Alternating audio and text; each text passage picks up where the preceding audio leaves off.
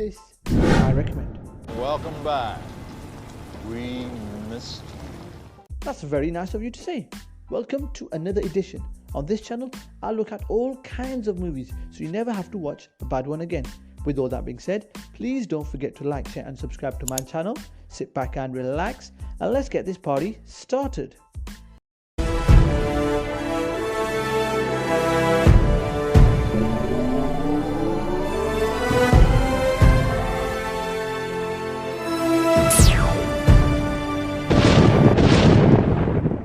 On today's episode, I review The Matrix Resurrections 2021.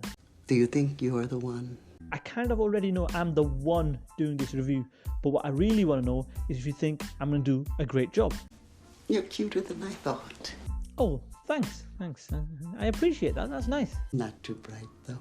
Oh, that's nice, thank you very much. But listen, forget all of that. Do you think I'll do a great job? You know what that means? It's Latin. Means know thyself. Listen, lady, just answer the damn question.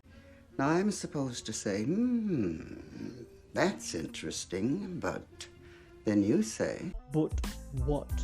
but you already know what I'm going to tell you. Whatever. What do you know? And anyway, who asked you? Sorry, kid.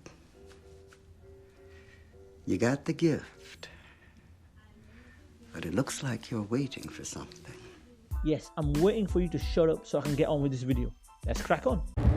So deja vu. And yet it's obviously all wrong. Maybe this isn't the story we think it is. Starring in this action sci-fi, we have the legend that is Keanu Reeves. Returning alongside him, Carrie Ann Moss. And making a debut into the Matrix films, we have Yahya Abdul-Mateen II. The authors of this film are Alexander Heyman and David Mitchell. Lana Wachowski, who was responsible for bringing us all the previous Matrix movies, has also directed this one. Now, before I jump into this one, I have to say I have always been a massive Matrix fan and therefore was a little bit apprehensive about this particular one. I wasn't entirely sure about where we were going to go with this one, whether it was going to be something fantastic or whether it was going to really let the whole franchise down. In this film, Tom Anderson, aka Neo, is back in the Matrix, living his life several years on. There were some rumours before this film was released that this particular one sat between the first one and the second one, but in fact it actually sits after the trilogy. It's so easy to forget how much noise the Matrix pumps into your head. Something else makes the same kind of noise. War. It starts really well, throwing you into an action scene almost immediately. It then speeds up and slows down throughout the film, throwing in a few fight scenes that you would expect with its predecessors. These fight scenes are pretty amazing, but mirror a lot of what you have seen in the previous ones. This film reeks nostalgia. This will bring back lines, scenes and places that you have seen previously. It throws lots and lots of flashbacks at you. The nostalgic feeling that I got from this film I really did enjoy, but some people may argue that this was a little bit samey. Expect to see some old faces in this film which have been brought into the story very nicely. I wasn't the biggest fan of the new agent and Morpheus, and I think it actually let the film down. Lawrence Fishburne and Hugo Weaving were massively missed in this particular one, and I feel if they were present, this would really push it to the next level.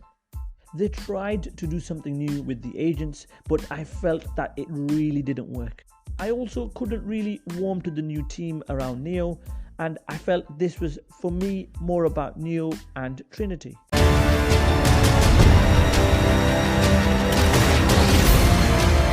What happens to Neo?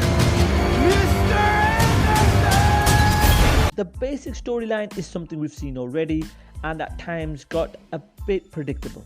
There is lots of clever writing done to bring us this film, as there was lots of talk about the Matrix trilogy within the Matrix while I was watching the Matrix. Confusing, right?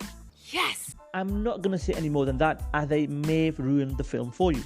This film does require a lot of attention, as they are trying to give us an idea of how we've actually got to the current situation. Expect fight scenes, expect chase scenes, and expect a huge amount of agents. The acting, it was okay, but it's not really something you go to watch The Matrix for. This is not, and I repeat, this is not a standalone movie, so if you haven't seen the previous ones, it's probably not a good one to start with.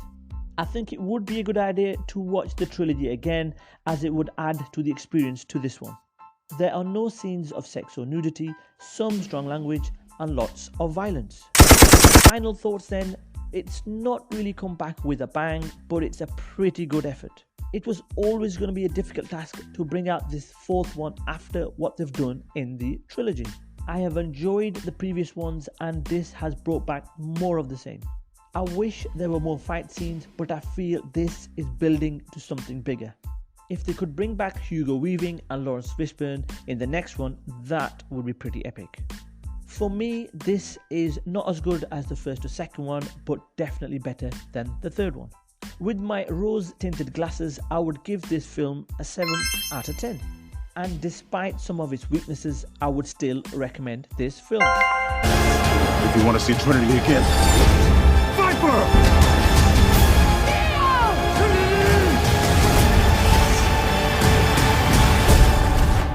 I can imagine there's a lot of you disagreeing with my opinion, so please leave your comments below. And finally, don't forget to like, share and subscribe. Thanks for watching, and I shall see you in the next one.